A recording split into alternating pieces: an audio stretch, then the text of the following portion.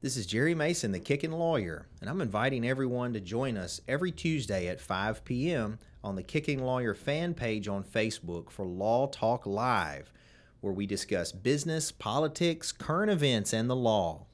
If you miss the live version, you can watch the playback on YouTube or listen on your favorite podcast platform.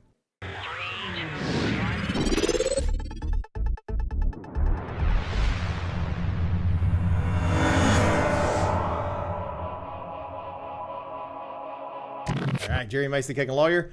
We're live for the Law Talk. Do want to remind you, as always, to please follow all our content, like, subscribe, share, etc. We're on all social media platforms, all podcast platforms. We're also on YouTube, and of course, you can watch Josh dance on TikTok. That's his favorite thing to do. My favoriteest. If you haven't already, make sure you download Inside My Head by N.A. the Band. It is free on Spotify, iTunes, wherever you get your music. Local guys, we're supporting them. They're great. One happens to be my son, and it is a free album, so download it if you can. And then I saw her today. Miss Michelle Allen is your go-to in the area for buying, selling, renting, leasing, real estate, anything like that. And there's other general stuff. She was talking about how she was paying me to say all this stuff, but I say good stuff because she's actually a good person. And I think my guest today even would agree with that. Mason's High Octane Martial Arts, located in Covington, just relocated to our biggest location ever, masonsmartialarts.com, if you're interested in starting your own martial arts journey. And then the Cellar Restaurant Prohibition Bar opens at 4 o'clock every day. I'll be there tonight doing trivia. We have live music, good food, good drinks 7 days a week. Come try that out. And, of course, Josh is glad to help you with your online presence, whether it's social media marketing, websites, etc., with Masonite Digital Marketing. So give Josh a shout. Joining me today is a regular now on our show, Mr. Stephen Shopher. How are you? Hey, doing well, sir. How are you? Yeah. How did y'all survive the naders that we had? Did y'all have any damage or anything? So at my house? Yeah. None. Yeah. We didn't have a not even like a drop. You live at Toka, right? Yes. Sir. Okay, so yeah, it's funny how I drove today. I went to Jackson Court this morning, so I had to drive down 154 out that way. And what was interesting is you can literally see like the width of the tornado, because it'll be like literally trees just uprooted, gutted, and then this house is fine, right? You know, like you can see like the path that it took. It's just so odd to me how it destroyed this specific path. So, and I guess you've been around, seen stuff in the area. Yeah, actually I have. And so I don't know if you remember or not, but it's been about a year and a half ago.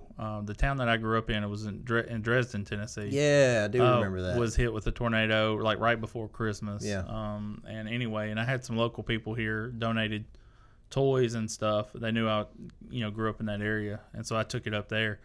It was. That was a pretty significant, damage and stuff that happened to that area. Is actually worse than kind of what had happened here. And like I was telling some other folks, I mean, they're still cleaning up from that, and so it's going to be a process. Yeah, I was thinking about that today because of just tree damage. Yeah, like the big trees that are piled up on the sides of the roads. I was like, who picks those up? I've never thought about that before. Did you also see that all the Dalefield workers are now going to be out of work? Yeah, no, I have. So they did officially announce that today. We knew last week they'd kind of already contacted, I think, a few of the employees, but they're going to take that office, demolish it. They're not going to rebuild, and I think they've offered severance packages. They're not going to rebuild. No, Delfield's not going to. Oh, I didn't realize that. Yeah, I had a guy come in yesterday, client on a case, and was talking about he was going to be between jobs because they gave him notice that they would be laid off or something in the interim. But he acted like he thought they were going to build it back. Yeah, last I was told they weren't going to build it back, and they're just going to have it there. They were already. From what I understand, they were looking at some places and then this incident happened. Oh, man, that sucks. On a good note, though, I've heard some of the local places like Unilever, Cold Storage, have reached out and made some contacts to some of these folks and said, if you want to come work for us and pick back up. So how many do they employ? Do you know? Nah, I don't. Because they've been here for a long time. Very long time. Yeah, I've known several people who've retired from there. A friend of mine just retired from there this past summer. Yeah, for those that don't know, what we're talking about is it started in Little Rock and then ended up in Tennessee. Was a big F3 tornado came through about 10 days ago. It was on a Friday afternoon, and it hit. You can see the path of destruction through the city, hit a lot of residential property, a lot of businesses, schools, hit Crestview. So there's a lot of damage, and it's still something that we see. And I mean, obviously, I would guess it's not as devastating necessarily as a hurricane, but for our little community, it's pretty devastating. Yeah, no, it's still impactful. A lot of damage. So a lot of people don't know, but I'm actually certified storm spotter. And so me and my buddy, when it happened, we had a tow. How do you go get that? So it's just you got to be geeky, man. You just be like, so, I want to get certified in chasing the natives. Yeah, so the National Weather Service, puts on certain trainings and stuff. Oh, that's cool. I didn't know that. Yeah, and you can actually take their classes and stuff. Like they're free, and you can jump on them and stuff. But anyway, so we had a Toca Barbecue Fest going on. That's right. It started on the 31st, the day we had the tornadoes, and so at that point, my buddy Kurt Mayo was down at the Toca Barbecue Fest. I thought Josh was on you. I'm over here shaking my bottle. Yeah, and I usually cut to you anytime you shake your bottle. Yeah, and I look at the camera. I wasn't gonna say anything, and it's just me shaking my bottle. Yeah. Check out Jerry. Anyway. But no, we'd had all that stuff going. So I actually was actually at my house, which is on a hill, and was sitting there watching the storm, and it was real. You could kind of see where the storm was hitting, and then you see when it hits the bluff, and then all of a sudden it just shifts, like it just shifted north. So at that point, like I called, like they tried to evacuate the park and stuff because we didn't know where it was at. That's just a close call, but I didn't know how far north it had shifted. I just knew that it kind of shifted north. We ended up in Atoka. We didn't even get a drop of rain, not at my house anyway. But then of course, I contacted some friends that in Brighton area and stuff and letting them know like, hey, it's on the way. And then of course have my radio on so I could hear where. You may be able to answer a question since you're a certified storm spotter. I don't know what training they do or don't get. Because I've been getting mixed answers to this. So my whole life living here, I've lived in Covington my whole life, right here on this bluff. My whole life I've always heard, well, when it hits the bluff, it's gonna bounce it up and it's gonna miss us.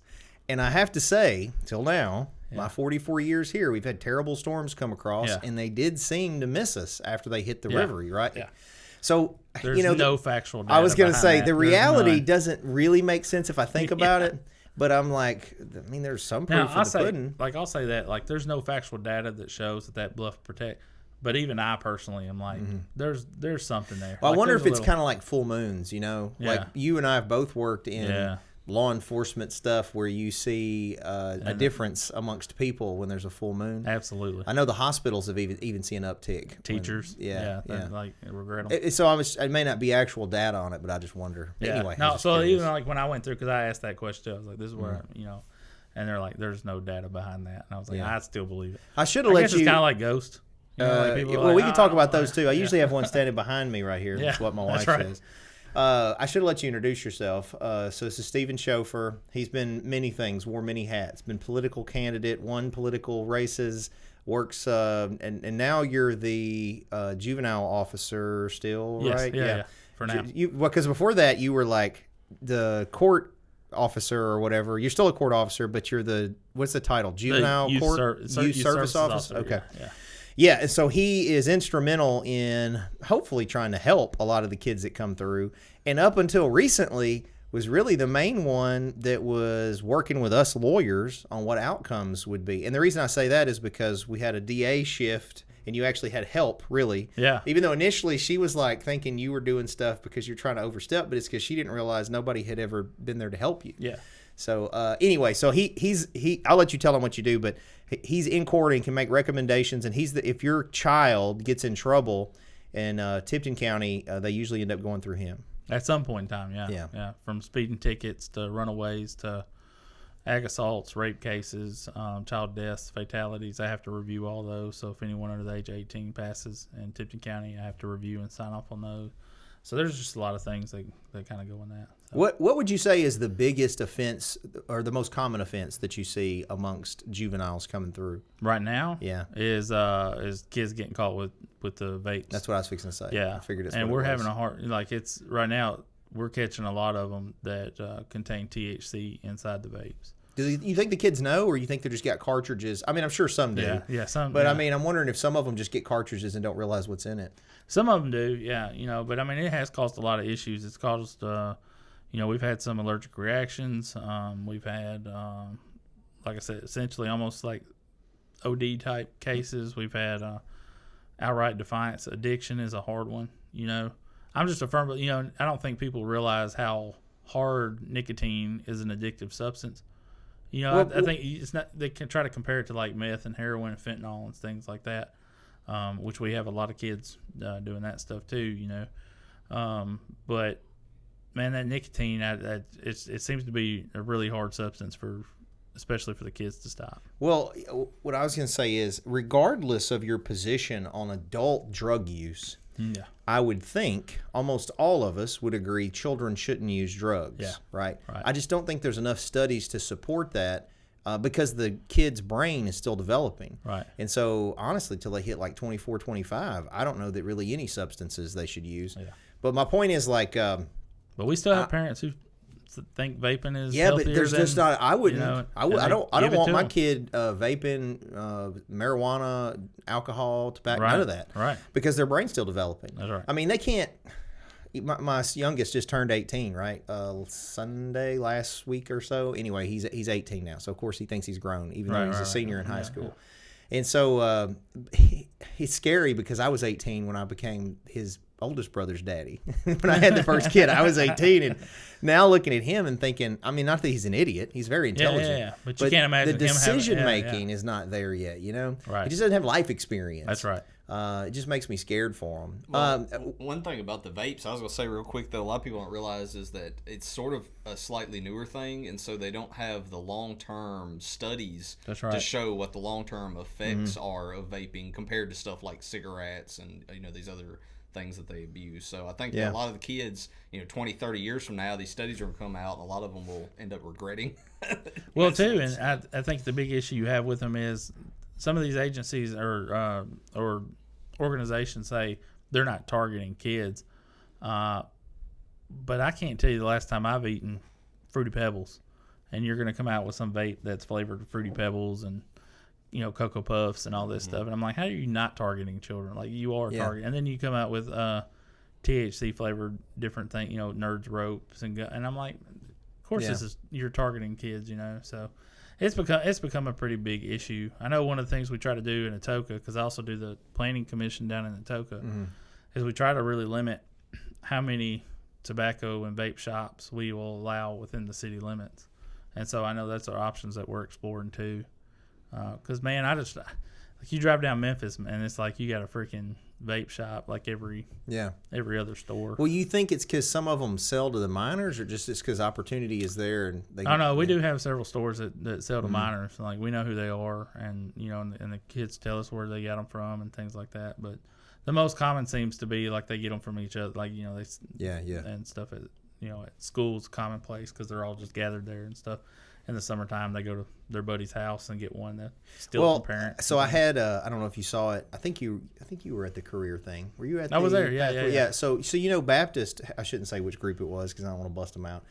One of the vendors had a marijuana goggles. I saw that on your TikTok. Yeah. So but I don't know if you saw the comments. So no. I've got a bunch of, it's like 20-something thousand views now or more on the video, and all the video is it's actually Madeline filming me. She's the one talking to me because she was at the booth. Yeah, she was asking you, like, point out the light. Yeah, or and so what it was you put the goggles on, and she said it was supposed to simulate the effects of marijuana. Right. I've never used marijuana. Yeah, right? I haven't Now, either. I'm pro adult marijuana legalization. Yeah. I am, because I think that you can make tax money off of it. I think there's studies that support it has medicinal benefits.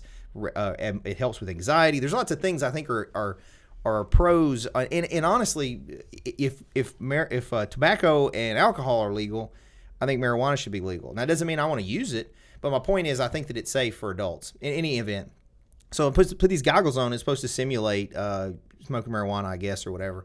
And then you have a maze that you're supposed to do, this little map. And when you put the goggles on, it basically filters out. I think it's like red. Right. So when I look down, then all of a sudden I can't see the red lines, and you can't do it, right? Well, I didn't know, and I don't have a point of reference to know how accurate it is. But, man, if you guys look at that TikTok, these people on the TikTok are just annihilating the goggles. Just like, it ain't nothing like that. That's so stupid. That's false information. That's da-da-da. But I think they missed the point, though. The point, whether it's right or wrong, the point is I don't think kids should be using marijuana. You know, it's like I think we would all probably agree on that. Right. There's just not enough information on it. And so the point was, if we can discourage them, not with a lie or deceit, and I ain't got no point of reference. I don't know if it was right or not, you know. Right. But man, there was zero positive comments on it. It was dogging it. Well, look, here's the thing too. So we do have studies that show that long-term marijuana use can cause people to lose up to 8 IQ points. Well, let's just be I real. think those Some people might lose them anyway. Some people can't afford those 8 points. I agree. Because then they're going to be negative, yeah, right? you need every point you can get, bud. And so I'm like and like I said, I'm kind of like what Josh said about the vaping and stuff. Is like, is there really enough science behind it? And that's where I'm at, because I'm not for it, but there is science. So there's it's just like it's kind of like what you want to studies are like statistics. That's right. You can find something that supports your position. That's right. But what started me down this path years ago was when I was fighting, and I was doing a lot of jiu-jitsu. And there was a study that came out where these, what do you call them, lung doctors? Pulmonologists. Okay. These pulmonologists set out to basically prove how terrible weed was for you, with smoking weed, right? Well, what they studied it was like bike people. I want to say there's a jiu-jitsu guy in there. I think I read it in a jiu-jitsu magazine. But anyway, it had to do with your cardiovascular performance. Yeah. So my initial assumption of any smoking stuff is going to be bad for you, right? Right. Well, the pulmonologist found that, in this study at least, that it caused the alveoli to expand, and it was almost performance enhancing. So that the reason a lot of sports outlaw it is not because of it's terrible. It's because it enhances their ability. Now that was one specific study, right? But it started me down a road of and it could be my own bias of looking towards the positive stuff. But I know there's studies that show it helps with people that have seizures. It helps with people that have different dementia type disorders and stuff. Cognitive stuff. I'm not saying it's for everybody. I don't smoke alcohol. I guess you could do that, couldn't you? Probably. I don't smoke tobacco products, and I've never done weed, but I drink pretty regular. I drink alcohol, which is bad, but that's, I guess, my drug of choice, right? That and my caffeine. Anyway, so I don't know the answer to it. I think people like you and I need to have this discussion, right? So that we can, get to a closer feel on it. Yeah, because I do think at some point in time, you can see all these other states around Tennessee legalizing it. So at some point in time, I think it's going to get there. I just don't think yet. As it stands right now, personally, me, I'm not for it. But again, I have different reasons behind it and stuff. Sure. But I do hate, because like I said, I'm also a veteran, and I see of course, everybody wants to reference how it helps kids and how it helps veterans, and if you do those two things, everybody signs off on board with it. But I don't know. I'm just I haven't seen enough studies and stuff and dug too far into it yet. So the reality is we ought to outlaw alcohol and tobacco, but I think weed's probably lesser of the evils. But hey, I've had doctors come out before and talking about, especially with women who are pregnant, they don't want them to drink alcohol, they don't want them to smoke.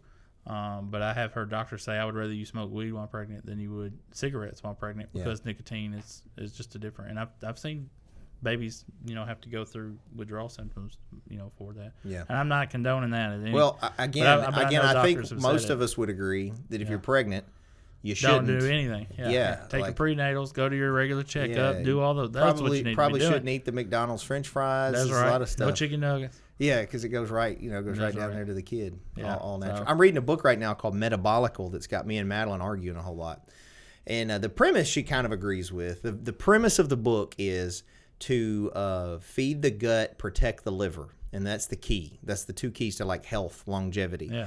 Feed the gut, protect the liver. And the basic thing that he says has caused our liver to deteriorate and get a fatty liver and all these things, and the gut biome to not be healthy is processed food. Number one culprit is processed food. And so, but he goes through a whole lot of history of how processed food, the big processed food companies and big pharma together helped control legislation and even stuff like the nutritional facts on the back of the thing. He goes down this big long rabbit hole, which kind of makes sense. And big pharma's got some pull, brother. Oh yeah, they do. That's a multi-billion-dollar company. Yeah. Anyway, it's interesting, but it circles back to the whole premise, whether you're pregnant or not, is don't eat processed stuff. Right. We weren't made to eat processed stuff. Right. And and this is true, a lot of the current health problems we have didn't exist 100 years ago. That's right.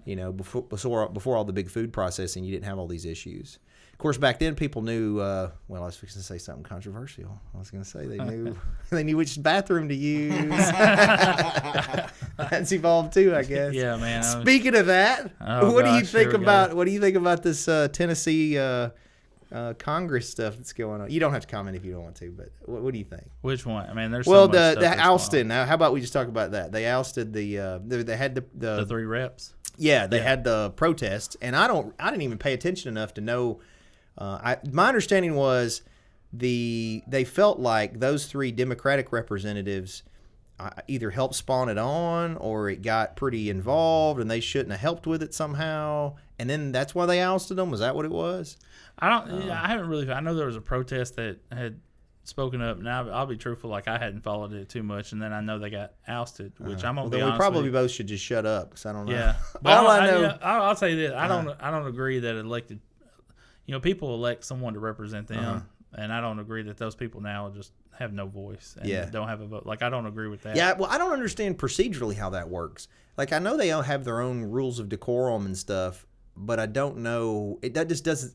I agree. It doesn't seem right to me. Yeah. But there may be some rules that we just don't know about. I don't understand how they can do. I didn't know you could do that. I thought they get elected, and just because you don't like them, you're stuck with them. Until the constituents decide to change who it is. And they can pass certain rules and things as long as it's in accordance with the law. Mm-hmm. I'll be honest, like I hadn't followed up with. Yeah, I need to look at it. People have asked me, and we've been so busy these last couple of weeks with our dad and the tornado and all this stuff, and then trying to catch up now with work. I haven't really looked at it. I did talk to a person that voted on it, a representative. And that person sort of gave me their position on it. And this person sort of has some personal reasons with that one specific one. Yeah. Over an incident that happened that I don't even know the public knows about. But we didn't even really go into the procedural issues because I don't know how they do that. But it's made national news. It's a big deal. Yeah, I saw that. I mean, there's a lot of people are looking at it. So. I think a wiser move would have been, instead of ousting them, to sort of deplatform them. You know what I mean? Like if they were trying to I just don't understand the strategy, because now they are nationally recognized. Yeah. Those 3. And there's a lot of things that I think people can do smarter. Yeah. Well, I've listened some, at least online, to one of them in particular that got ousted, and he's actually pretty articulate. Like, I mean, he makes the rep from Memphis. Well, I'm not going to even say which one it is. I thought he was from Nashville, but the one that I watched was very articulate. He made really good points. There's even a part where he was arguing in some committee, and they were trying to kind of get him mad, and he did really good. He took the peaceful path and explained what he thought by peaceful protest and whatnot. Anyway, I was kind of impressed by how he handled it. So I don't know. There's always 3 sides of the story. I don't know exactly what happened. I just don't know that it's a good look for us. So definitely ousting elected officials. And I don't know. I'm just asking. Are they kind of saying like they insinuated a riot? Maybe. I don't know. We probably should research it. I'm real bad about just talking out my rear end on this stuff, and then I don't have the facts. I should speak from a point of knowledge and not jump to conclusions. Remember, Josh, we used to have what do we call that segment? Kickin' headlines. Where we would pull a headline up and just react to it with no information, which was the opposite of what we were telling the viewer to do. That's we were right. Like, make sure you read the whole thing. Yeah. So our mama just commented and said they voted one back in today. Oh, did they? No. It was also a little suspect that they voted out only the 2 black guys. That's a little. But I mean, maybe it's right, but it does look a little suspect. But shout out to Mama Mason. By the way. Yeah, I'm glad she's on there, and also Michelle Allen. Yeah, Michelle's recovering from some issues and doing good apparently. And she said, "Don't mess with her French fries." So we won't. That's right. Yeah. she's a little spitfire. She is, but she's my friend, and my wife says we have to love her. So I love her. She's a great. She's always like, I didn't know this issue she just dealt with, which is pretty serious, right? And it's good. She's all good, but I didn't know she literally comes bouncing in here today like normal. Yeah, and I had no idea that she'd had anything like that. Some people are just like that. They're just positive and optimistic, and she's one of these. This is a good example. I've talked about this with a few people, and I think you're like this. There are some people that are like energy batteries, and they give out energy. And then there's some people that are energy vampires. the people that when you get around, you're like, oh, I feel exhausted from being suck around. The They literally suck your life force. And man, I really like being around those folks that are so upbeat, positive, and stuff like that. She's like that, and she's also your go-to in the area if you're buying, renting, leasing real estate. That's right, Michelle That's Allen. Right. No, she's but I'll say that like Michelle, she's got a heart of gold, man. So, it's been a privilege to get to know her over the past few years. But yeah, she got a heart of gold, man. So. Yeah. I'm proud of and her. then I'm proud of my mother. I'm glad she's watching. So Josh and I haven't really commented on this because it was so close to home there. But a couple of weeks ago, my father passed away. Yes, sir. And we had to deal with that, and it was very difficult. I personally do real well usually compartmentalizing stuff like that. Yeah. Like if like it's almost like when people pass, even an aunt or uncle or someone that's not immediate, not that close. Like that's the closest I've ever. The closest before that was my grandmother and grandfather, and that was a big deal. But I was younger, and they were older, and it was it was just sort of an expected thing. I don't know. It was bad, but not near as bad as this, because this was literally right there. And there were times that I literally in my head could feel the drawer opening with this information, and I was going to have to deal with it, But it gave me a new perspective because I had never, I have a couple of friends whose father had passed in the last few years. Right. And I said, hey, I'm sorry and whatever, but I have a completely different view. Perspective, of that now that I know what they're dealing with when you lose a parent. And so then as a matter of fact, I'm changing our policies here. We didn't really have a leave policy on a grievance policy, time to take some time for yourself to deal with it. And so we're adjusting that. But what I was going to say is that was so bad. If you lost a spouse or if you lost a child, I just couldn't fathom how it would be. And I'll be honest with you, I pray to God I never have to. And I tell people that too, because obviously, like I said, I have to talk to these families and stuff, and and the kids that I deal with, and I just honestly, I'm like, man, I couldn't fathom what it's like to lose a child, and I'll be honest with you, I pray I never have to, but to lose a spouse, man, I don't. Yeah, my mama, the mom and daddy were married 48 years. Yeah. And so which is a rarity now. Because, and they had hardships. They went through They went through ups and downs. They're human. I'm gonna tell you, being married is literally the hardest thing I've ever done. And I wish someone had told me that before I got. Not that it would have and I would have been like, nah, I ain't gonna do it. But combat. I would agree with that because I've been shot at too, and I think being married is harder. I'm like, and I'm just like, man, and man, I wish someone would have told me that. But I mean, it does have its ups and downs. It's like I wish somebody. No, the thing is, somebody did tell you. Yeah. And no, we don't listen. Yeah. And then you got people like me that have done it twice. Yeah. No, I'm on one. What's I would say? They've been 44. Is that what you said? 48. 48 years. Yeah. Wow. Almost. See, 49. me and my wife have been together for 13, and that's rare for even us to make it that long too. Yeah. I think the new look up, Josh. What is the new standard on how long people are married before they divorce? It's probably like a year. I'm betting 5. Yeah. I bet it's like 5 years and then divorce. Average.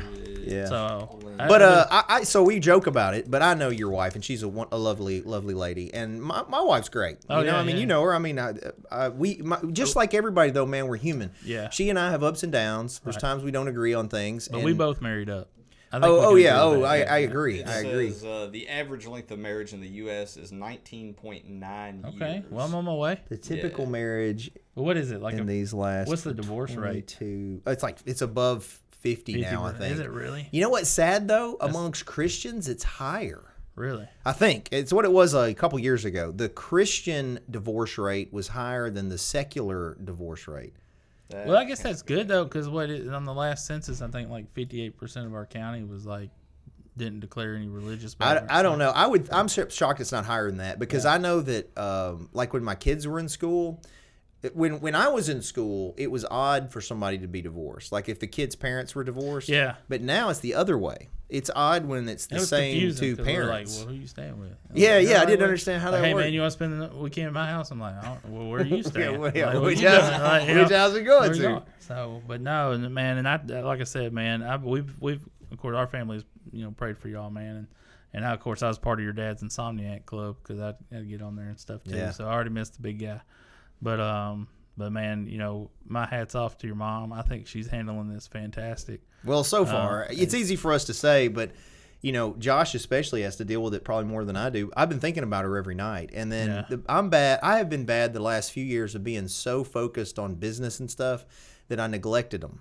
And not just her, like my brothers too, like everybody. But I've had that my whole life. That's been a problem I've had my whole life, being so ambitious to focus on the things that. Then you got to think. My dad's funeral made me think. Well, what really is important?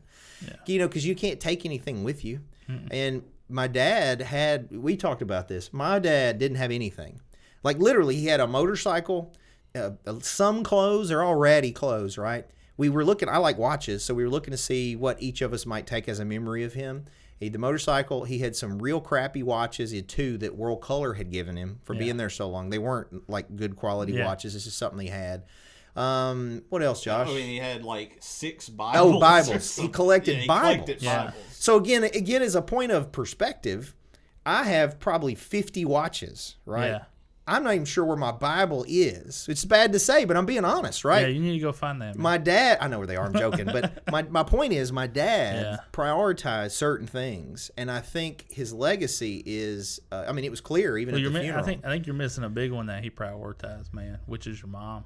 Oh, yeah, you can see. So I got his journal, and you can see that even in there. Yeah. Like, she was the love of his life, never loved anybody else. He definitely prioritized her. Yeah. His relationship with God, us boys, our brother Justin, and my mom. You got another brother?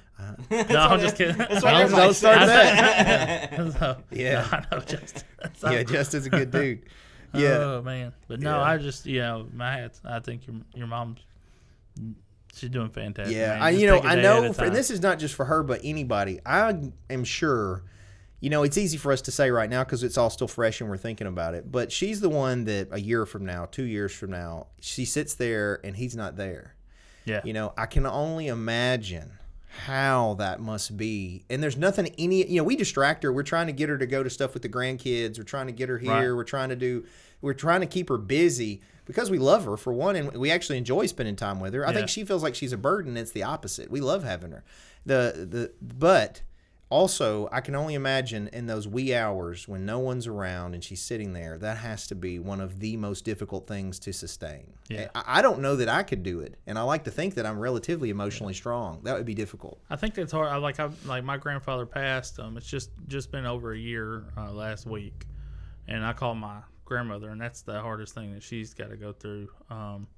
My uncle, well, he's not my. Who passed last week? My grandma. It was a year ago last week. Oh, I'm sorry. My grandfather when he passed, and then right after this past Thanksgiving, I call him my uncle, but it's my wife's uncle, but Larry Whaley, and Uncle Larry passed away, and that's been a hard thing for his wife and stuff too, and that would do the same thing. Like you just call, check on them, see how. Yeah, well, there's also grieving groups that get together, and I recommend people do that. So I used to be I'm an alpha guy, I don't need to go to therapy type thing, and then I went to it. Then I had something bad happen and I had to go, and it ended up being a great thing. It helped me work through things I didn't even know existed. So now I'm very pro. Even if you don't think anything's wrong, you should probably go to therapy. No, so I did the same counseling and stuff. Because like dealing with kids, I don't have these kids do something that I'm not willing to do. I've never been that person. So like I've worn an ankle monitor for a week. I just oh really? How was that? It was weird, man. Because you're just like, but I got real good at kicking a soccer ball with that leg.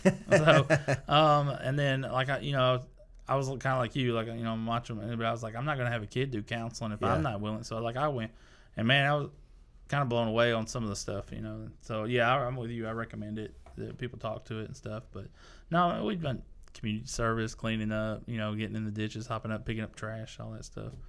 Like it's just part of it, man. Yeah. So well, loss is hard, but there is life after it. That's right. It's just different life. Yeah. It's funny how in life, I'm sure you may have experienced this last year with your grandmother. I don't know y'all's relationship on it, and you can elaborate. But what I view, I'm 44, and at this point in my life, Josh would probably agree with this. I feel like there's like stages that occur because of a loss. Yeah. So like when we lost everything before Daddy, and now there's everything. Correct. So we lost Grandma, and everything after Grandma was different. Yeah. After she passed, she was the glue for that section of life, right? The holidays and everything centered around that's the glue. Right. And then Daddy, honestly, even Easter, it was so sad because we didn't even get together. We didn't do anything. Easter, he was that was the one last string to hold us together for those things. And we need to do better at not letting that deteriorate. But it's just interesting in life how somebody can be that influential, you know what I mean, in everything you do. It just changes. And do y'all have a hard time? Because a lot of people I've talked to said like the hardest part is the first few days, where all these people come together. And then it's like, and they're just gone. It's for me, it's after all the people are gone. So at first, because the first few days when you have, it's like all this distraction. And then there's the silence that follows. And the silence that follows, that's when I think it's the most difficult. And then I think one thing that a lot of people don't realize, like with my dad, the one way it's different than when we lost grandma, was that when we lost grandma, immediately, of course it's very sad and it's devastating and all this, but over time, even after, a week or two, you start to slowly recover and kind of get back to some sense of normalcy. And the difference with my dad is like it still feels just as horrible right now as it did after. Like there doesn't seem to be any level of recovery from it, mentally, I feel like, in the way that there was with other losses and things. Like I just feel like this is just the way it's going to be now. Like it's just going to be. Yeah, so like I said, I think I'm better at compartmentalizing things, and so my experience is a little different. It was all bad, but I also felt like as the older brother that I had to hold things together, sort of, Yes. And so I didn't deal with it really initially or even during it. The funeral, I broke down a little bit. But now what happens is it hits me in weird moments. Like I'll give you an example. Madeline and I were leaving y'all's house, Josh, the other day. And as we were backing out, I looked over at the pine trees, the row of pine trees by the side of the property line, and had to stop and I almost teared up because I was thinking back. Me and Daddy planted every one of those pine trees. Yeah. And they're there, and they're full grown, giants. This is 30-something years ago we planted them. And so I look and I see them and instantly think of him. Last night, I logged into, what was it? Amazon, I think. It was either Amazon or Netflix. And my dad, we paid for the profile, right? So my dad has the passwords, as usual. They're going to sue me now. Yeah. But anyway, he had created his own avatar. That's so right. when I go in there, it said Big Jerry. Yeah. And he's not here anymore. Yeah. To open it's just funny, these little things that are always going to, and of course they'll always be in my memory. I even thought when I saw that, I was like, well, I guess I should delete that. And then I thought, no, why would I not want to remember it? Yeah. So I don't know, man. It's hard. It's definitely hard. My heart goes out to anybody that's dealing with anything like that. It's very difficult. But I think the moral of the story is there's life after loss. There's people that still love you. You're still valued by lots of people. And you want to reach out to me or Josh. We're usually pretty sarcastic, but in this kind of thing, I think we would be able to talk with folks. Yeah, yeah. No, I think, and that's what I kind of look at things as legacy. What do I leave behind? Yeah. Like when my grandfather passed, a few years ago, my biological, dad passed. That didn't really affect me too much, but just kind of like what legacy did you leave behind, and so simple things like that, like and that's something, a story you get to tell your kids know that. Yeah. But man, your parents, they definitely got a good legacy with their kids, and their grandkids. So yeah. Well, I tried to tell my dad, any success that me, Justin, or Josh have is because of them. Yeah. Same thing with my mom. And I know she's struggling with it now, but she is why we have any kind of success at all. It's because of how they raised us and what they taught us. And she's still very valued and needs to know that. And she's got kids and grandkids that love her. Yeah, and I think she's got more support than what and I think that's in the case for most people. We all have a little bit more support than what we realize, and all we got to do is just say, hey, I'm really struggling right now, and just reach out, and we got it. So on a slight different thing, because you said something a minute ago, made me think about it. Yeah. Were you airborne at all? Did you ever jump out of the planes at all? I did. Yeah. You did. How was that? I'm scared of heights. Like I have a fear of heights. Yeah, so I've never done sky jumping. I've never. Well, I did. It's not sky jumping. What's it called? Skydiving. I've never been skydiving. Mine's a little bit different than that. So with airborne, typically you're on a static line, which means you hook up. When you jump out the door, it automatically pulls your chute for you.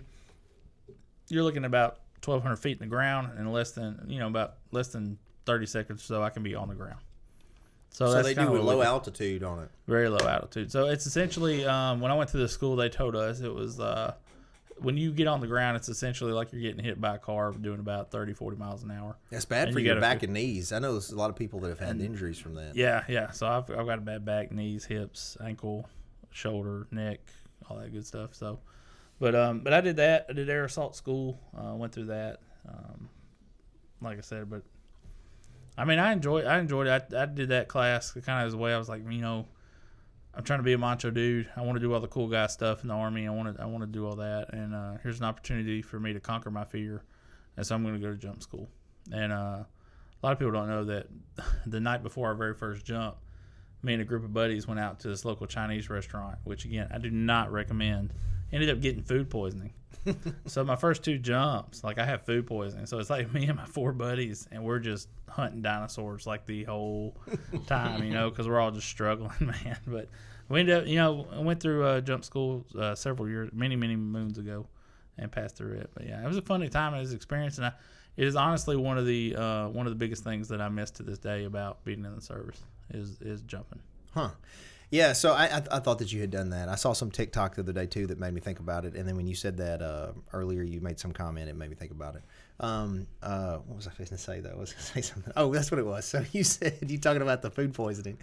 So I had told this, you'll find this interesting. So my cholesterol was bad, right, a few months ago. And I decided I was going to try to naturally fix it. So Madeline has me taking this fiber supplement, right, Metamucil. Yeah. It's sugar-free Metamucil, right? So I didn't read the thing. So what I've been doing for 3 months is taking this the big spoon you get. I forget what kind of spoon it is, but whatever the big spoon, above a tablespoon, and I'll get a big heaping scoop of this stuff, pour it in, and drink it every night. Right? You're not leveling the top off or anything. No, it's a heaping scoop. Because I was like, more's got to be better, right? So then, but let me tell you something. This is getting personal now. I know Michelle Allen's watching, and I apologize. About 11 a.m. if I'm in court or wherever I am, it don't matter where I am. I have to take care of a certain activity. And It's like that. I get to sweating. And so finally I was like, man, this is probably not good for me. So I finally the other night looked at the Metamucil. It said 2 teaspoons is what you're supposed to take. That's a serving. Heaping scoops. I've been taking like 8 times the serving every day. Madeline, I told her, and she got so tickled she started snotting. Yeah. But I was thinking, when you were talking about that, I was like, what if I had done that and was doing some jump stuff? Would not have been a good day. We had people. You had people in jump school who were like using the bathroom on themselves and things like that. Because once you strap in, you're in. You're in. Look up in the sky, see somebody jumping down. They got like a brown streak in the sky behind them. Yeah. I mean, it's scary anyway. There's people, like I said, they're hunting dinosaurs as they're going down and things like that, and that does not float like it falls to. So just different things. But yeah, no, we had people who were using the bathroom on themselves. That was actually pretty common because once you strap up, and you get in that static line, like that's it. You're not moving until they say stand up, grab your gear, and they'll shuffle to the door. And that's what you're doing. So yeah. So the one that I watched was a TikTok of this happening, right? And they're on the line, and you got the jump master telling them the commands and get up and all this. But they're wearing they got their backpack, but then they got between their legs. It looks like is their pack. It's your rucksack. That's your rucksack. Yeah. Okay. And I guess. Is there a technique to kind of use that to kind of break the fall, or do you just fall and roll? Because you can't really land with that thing under your legs. Back when I went, again, that's over a decade ago, so I don't know. Equipment's changed, and things. But you had your ruck in front of you, and then once you jump out of the door, you release your ruck, and so it falls, about 15, 20 feet below you, and you still have the line. The best thing to do, though, is if you take one of your legs and wrap it around that cord, you can feel which way the wind is blowing on your rucksack, so you kind of know which way to hit your risers to kind of control your fall, steady it, or make it faster and stuff like that. So there is a technique behind it if you know how to utilize it right. Yeah, that's cool. How many jumps did you get? Several. I think I ended up with because I used to do some with some friends of mine at different duty stations and stuff like that too. So it was over 20, I think, by the time I was done. Yeah. So, how many is required to be airborne? Just 5 for the school. Oh, okay. And then they want you to jump, if I can remember right, back I think it was you had to do 1 jump either per month or per quarter. I don't know what it is. To maintain it. To maintain the jump status. Sweet. So. Did y'all ever, in any of the jumps that you did, was anyone else injured? Was there any? Oh, yeah, man. Oh, really? I saw legs snap. I came about 2 feet from, because the jump master, the airborne sergeant that was out there, drove his pickup truck out on the jump zone, and I came 2 feet from smashing into the side of this pickup truck, which he said happens quite often. But there's, you see it, and you see equipment drops or it just fails, and you're just watching like a tank just fall and just hit on the ground, and piece of it, and somebody's getting a little bit of a chewing for that one. Yeah, so, not good. No, not when you watch $1 million worth of equipment just go. So. Yeah, but it was fun. Like I said, it's one of the biggest things that I miss. I guess you got over the fear of heights. No, I actually still pitch around. It didn't work, and it kind of just triggered in my mind. At some point in time, like I remember going through boot camp. I was 17 when I went through boot camp. I was the youngest guy in the company, and so we're up rappelling down like this 120-foot wall, and I'm like, drill sergeant, this is. And he's like, look, son, you just got to trust your equipment. He said, once you realize like we got this safety stuff all around you. You got to learn how to do dangerous stuff safely. And that just kind of always stuck with me because I was like, they don't make any sense, right? Yeah, so like we did in SWAT school, when I was on the SWAT team, we did additional certifications and we did some rappelling. Yeah. And they made us rappel, what was it called? It's Aussie upside style. down. Aussie style. Is that the Australian style? Yeah. Is that what it is? I don't remember what they called it, but we had to go face first. Yeah. And I don't care what equipment you got, man. It's just freaky not the a first time you normal. do it. Yeah, it's not a normal thing to dive to the ground head first. But it's so funny because you do it. You go. We were all seeing who. Then it becomes who's going to go the fastest. Who's going to go the fastest? Yeah. So these are the stupid games we played. Yeah. Who's going to go the fastest? Who can get the closest to the ground? Yeah. Who before can get the stopping? closest to the ground? Which is not smart at all. Your belay guy's freaking out while you're down there. So your belay guy's the one on the end. So if you fall, they tighten the rope. The right, the rope protects you, stops you. Just like so, who can jump out the furthest? Jump off the roof and then kind of come back in. Yeah, it was just like dumb stuff that we did. Yeah, I mean, but even then, I hindsight, thought like, that was fun though. Yeah, but I was thinking like, why in the world did I do that stuff? But again, it kind of went back to that statement where I got to trust my equipment, and and I got to learn how to do dangerous stuff safely. And that's a concept. Even like parenting now, like I'm even teaching my wife. I was like, we have to teach our child how to do dangerous stuff safely. Well, one of the most dangerous things we all do every day is drive a car. That's right, and very that's what I'm saying. dangerous. Like, how do you?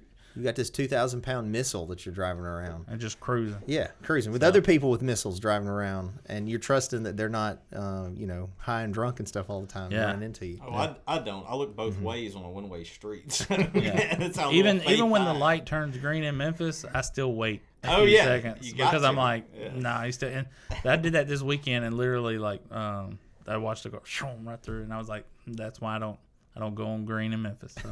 So but yeah. Look, I was on a motorcycle one night. I was a cop at the time because I went down with a couple other cops that are still cops to Beale Street when it was like, I think Wednesday nights was bike night, something like that, Wednesday or Thursday nights. Anyway, and I was on my V-Rod. Well, it started to rain a little bit, so we decided to leave. It's dark, of course, and take off. Well, and this is on the streets of Memphis where every other intersection is a light, right? Right. So I take off in my V-Rod, and I'm trying to showboat a little bit and go fast up by these guys I'm with. Well, as I do, the light changes. Or I'm sorry, the light was red, and I wasn't paying attention. So I'm going really quick. It's a good click, right? And it's raining a little bit. Right. And I'm passing the guys, and then I look and I go, oh, it's a red light, but I couldn't stop. I went to brake, and when I did, the bike started to slide. So I let off to go through the intersection, and right as I went to hit the intersection, it turned green. But it looked like I timed it all like that. Like I was this great driver, and it was not. A mistake. No, fiber or not, I had to go clean my drawers after that because I thought I was going to get hit. Yeah. Very limited protection on a motorcycle, so... Very, very much so, yeah. So I used to ride whenever I got back from Iraq. I bought a motorcycle, and I used to ride a lot and stuff, too. So. Did you ever have a wreck? Yeah. So I learned real quick there's two types of... Yes, I was going to say the same thing. Those who have crashed and those who are going to crash. I've had a wreck also. Yeah, I had... my biggest one was people just pulling out in front of me. Yeah. Like, I remember I had, like, my favorite pants on, and I'd come around this bypass in Martin. We was going on my way to class. And this little old lady pulled. She just didn't even see me, And I just put some brand new pipes on. I had a Suzuki Boulevard, and my whole thought the whole time was like, I do not want to mess these pipes up. And so I put my leg down on the side of the pipe because this is stupid, And I just freaking tore my jeans and my leg up, So anyway, got to the point, but my pipes were good.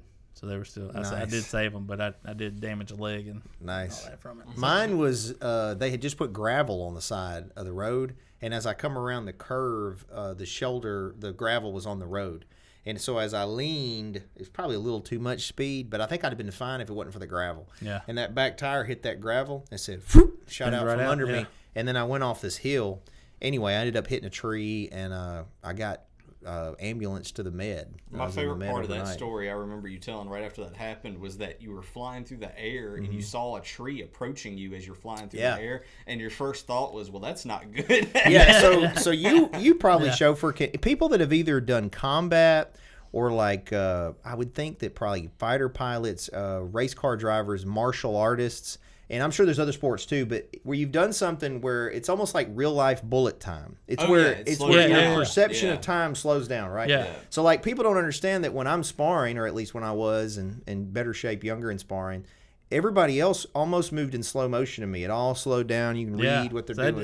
That's legit. Yeah. So when this motorcycle wreck happened, that's what happened. I'm flying through the air at 60 miles an hour, and I see a tree. And I remember thinking, that's not a good thing. So I leaned because I didn't want to hit my head. I had a helmet, but I didn't want to hit my head. And as I leaned, I hit my leg. And so what happened, I hit the leg, and then I spun and landed in this ditch.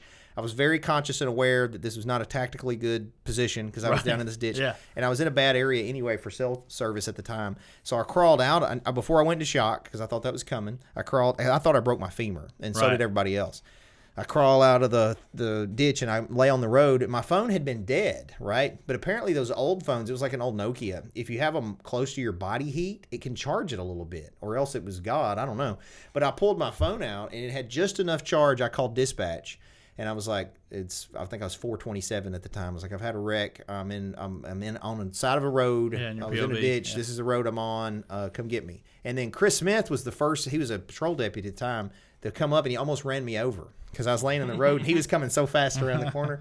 Anyway, then they took me to the med, did all these tests, and it was such a different experience too because the med, man, they don't care. Regional 1, right? Is the med at the time? No, this is like the Memphis Hot. Like, if you're got gunshot, that's where you want to go. Yeah. But they don't care.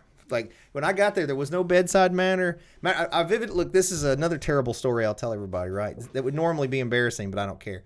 So I get there, and the two ambulance people that had transported me, I knew them. It was two women because I was a cop, and I saw them regularly. Well, I get in the car, and I'm in pain and stuff. And they give me some morphine, I think, for the pain.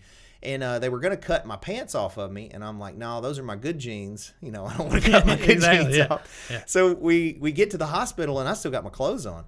Well, man, when they wheel me in the med, and these two girls I know were still in there, zip, naked, right? Yeah. And I remember thinking, it's cold in here. I've been through a traumatic experience. It's not time to judge me. Don't judge me. And then the doctor comes over. They put me on a brace because, they don't know if I broke my back or what. Right. Tilt me over. Finger up in there checking, and I was like, whoa, I said, ain't nothing wrong with that. I remember telling the doctor that. I was like, ain't nothing wrong with that. And they didn't care, man. No. They was doing what they was going to do. Well, I don't like it. I wouldn't say like they don't, but I don't mean they don't care. I mean they didn't care about. You're talking about a place that probably deals with like 20 gunshots. Man, and look, as soon as they found, so ended up they did 2 batteries of tests on me, and what it determined was the doctor said they couldn't believe it. That's why they did the second battery. Is my thigh muscle they thought was denser than it's supposed to be because of all the taekwondo, and it had cushioned the femur. And they think that's why I didn't have anything wrong with my. I had a contusion. It was a really bad bruise, deep bruise. Yeah. So they did 2 rounds of testing, and once they found out I was fine, they said get out. They didn't even give me crutches or nothing. So I was like crawling out against the wall because they was making room for gunshots and stuff. That's right. You know? It was like a field hospital, like battlefield hospital there. I mean, they knew what they were doing. So I don't mean to be disrespectful to them saying they don't care. Yeah. I just mean they gonna do what they gonna do. Yeah. They ain't worried about your feelings. No. They trying to move you on. Man. Yeah. So, yeah. If you happen to be the paramedics, don't hold anything against me. That's right. I'm redeeming myself, right? Yeah. Anyway, all right. Anything else for the good of the order here, Stephen? No, man. So no, I don't really think so. I think some good news. I did text Josh the other day, let him know. I don't know if he's seen the Super Mario movie yet. I still hadn't, man. It's on my Did list. you see it? Yeah, we went Sunday, and I told Josh I gave it a 20 out of 10. Really? Yeah, I really enjoyed it. Broke all kind of records too. I think it's the highest grossing opening weekend for an animated film of all time. Even beat all the Disney stuff and everything. So, wow. I didn't even really have it on my radar to go see. Yeah. It's pretty. Josh has done Mason Studios did some Super Mario fan films. Speaking of that, when is the new one you're doing coming out, Josh? Josh? It was supposed to come out April 4th, and Yeah. then all the stuff happened, yeah. and so it's delayed now. So hopefully I'll get it out here in the next couple of weeks. Well, we're excited for it. I mean, I know, but of course, take your time, man. Well, Josh So- got a little following on it. He's got some of Alex. They're in the he's in the Navy, right? In San Diego, and his whole group said they were going to do a watch party to watch it when he put it out. Oh, there you go. Yeah. So yeah. Well, I know there was some controversy with it though too between. Well, Josh thinks that some folks stole it too, stole his idea. And that's what I'm saying. Yeah, SNL. Yeah, I wouldn't have done no names, man. Oh, I'll call them out, man. So SNL had their little sketch come out where they did a little Mario parody, and I didn't think that much. I thought, it looks kind of similar here and there. And then one of the actors in the movie sent me like side by side shots comparisons where he had took shots from our trailer and then shots from their trailer and put them next to each other, and I was like, they might have stole something. When I saw the SNL trailer, I immediately was like, Josh is gonna be so mad. Yeah. I was like, yeah. I mean, it is that close in comparison. Where I'm like, it's mainly it's not so much the concept of the trailer as it is the cinematography. Some of the cinematography shots are like almost identical to some of the stuff that I did. But hey, what can you do? It's SNL. I'm not gonna fight them. It's not the end of the world, And they have more money than we. And they have way more money. Yeah, that's been around like 50 years or something, 40 years. They've been on the air a long time. But I didn't get to ask you, how did y'all do with the tornado? Because I know y'all. Oh, we ended up we got lucky. We didn't. So the only thing we had in the path that might have gotten damaged was the Jan owns the rental place out here, all the rental Storage stuff units. by Jan's place. Jan Hensley, the mayor. Yeah. We rent from one of those bays.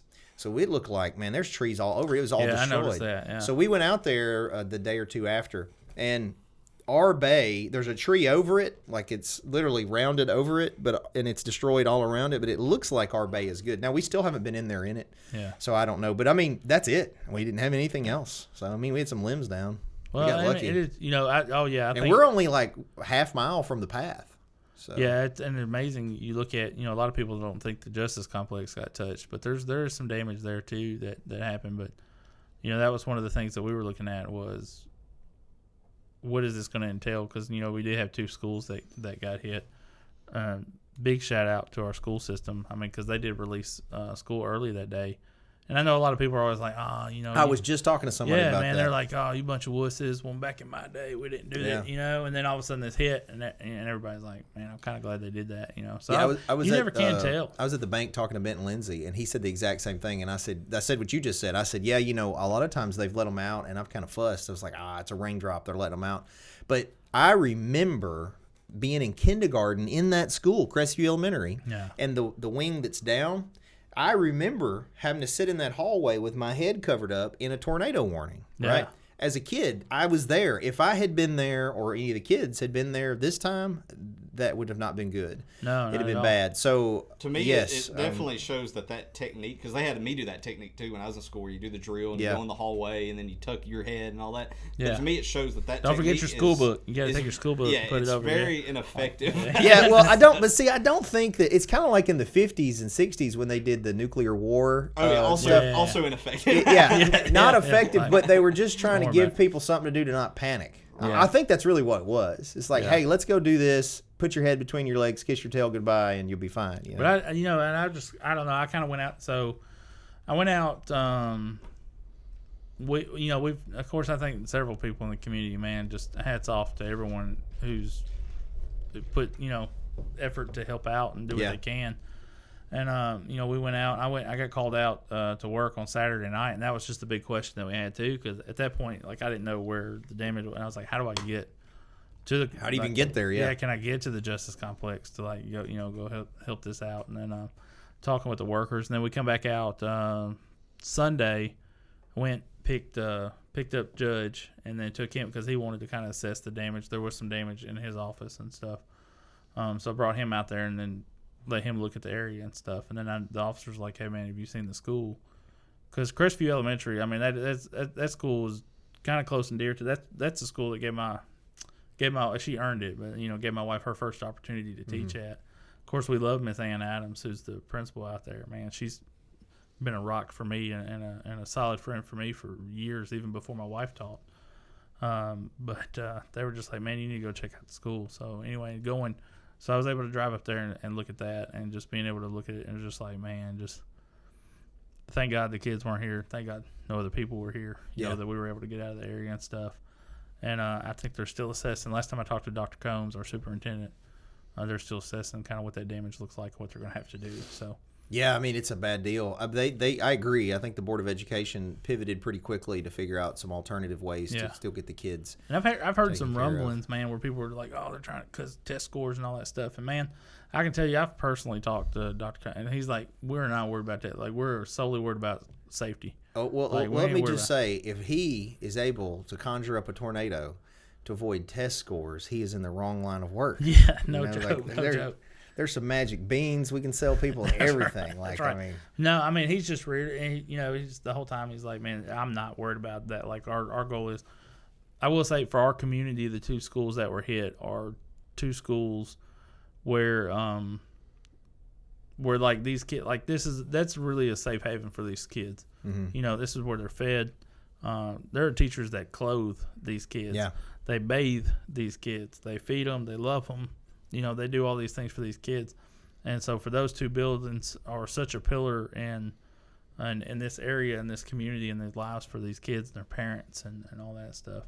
I really just hate the devastation that they're kind of going through. I think they got a great plan coming forward on how they're handling it until I think they're getting some modular pods and stuff built up. And so it's just going to take a little bit. But, man, I can just tell you, you know, like they just want to make sure that the kids are all right. Yeah. That's the whole concept of it. So, you know, I hate to hear people talk about the man. They're not even worried about test scores. They just want to make sure the kid's cool. Yeah. And that's it. So, but shout out to I know all those teachers and staff because I know they're just devastated. Miss Ann, the principal at Crestview Elementary, was actually retiring this year, and so this is how she's kind of going out, you know. And so she's dedicated her whole life into that building. And when I was stopped there, they let Miss Millie through. I don't know if y'all know Miss Millie. I did. Miss She Millie. was my Everybody teacher. knows Miss Millie. That was my kindergarten teacher. So I was explaining to the engineer that was out there. I was like, this lady right here, like she retired 2 years ago, you know. And so Miss Millie taught out there for 38 years. So she came by. She had bought like a ton of pizza. I think it was like 20-something pizzas, and was donating it to the people who were out there working. All these engineers. If they weren't going to let her through, she was going to fight her. Oh yeah, man. Like, There's some people that command respect. That's right. And Ms. Millie's one of them. Yeah, no matter I what. was explaining to the head engineer out there, I was like, this lady right here, in her year of retirement, year 38 of teaching, which is just like 2 years prior to this, still going down the slide with the kids, like in her kindergarten She went down class. the slide with me when Yeah. I was in school. I also remember Miss Millie hitting on my daddy. But hey, she dead, like that engineer dead face, like looked her straight in the eye and said, the slide's still up. And, you know, and I was like, Miss Millie. She's like, nah, not today. You reminded me of something. So you talk about damage. You know, I had a billboard. Did have a billboard. It's the only one that didn't get knocked down. It got hit, but it's still up. I saw that. And, you know, my comment was, I was like, well, you know, I mean, there's one person on there.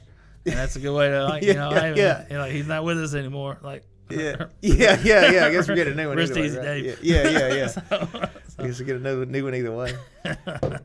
but it looks great though. It looks like you just took one right to the jaw. And I think it adds to the brand. That's right. Yeah. So it looks good. Yeah. But I'm glad to hear that y'all are doing fine. That y'all survived. Yeah, all that we'll stuff. save to you. And I appreciate you coming on with us too, Stephen. Yeah, brother. So we'll get you on. Maybe we'll get a co-hosting spot. That's what we need to do. Yeah. So I know we're looking forward to it, and see what we can do, man. Okay. So.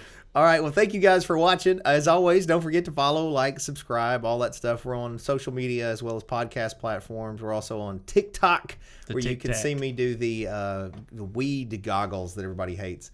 N.A. the Band's new album, Inside My Head, is out and available in stores. Or not in stores, I'm sorry. Online. It's free. So please download it. It really helps those guys. Just give them a listen and download the album. Great music. It is. I think it's good. And then Michelle Allen, who we've talked about on here. Great person, also your go-to in the area if you have any interest in real estate or whatever else. She'd be glad to help you out. She's always up, too. I don't think she's ever sleeping. She's probably still on here. And then High Octane Martial Arts in Covington, been there since 93. We're celebrating 30 years in business. New location is open now here in town. Just visit masonsmartialarts.com. We'd be glad to help you out and get you started. The Cellar Restaurant Prohibition Bar, located in Covington. We have events all the time, good food, really good steaks, lots of drinks and bourbon. Thank you. Yeah, I recommend them too. I've been trying to switch up to the chicken, but anyway, we got some good stuff. And then Masonite Digital Marketing. Josh will help you if you need any social media stuff, marketing plans, websites, etc. Just visit masonitemarketing.com. And we'll see you guys, hopefully, barring national natural disasters. Hopefully, we'll see you next Tuesday for another Law Talk, and keep kicking.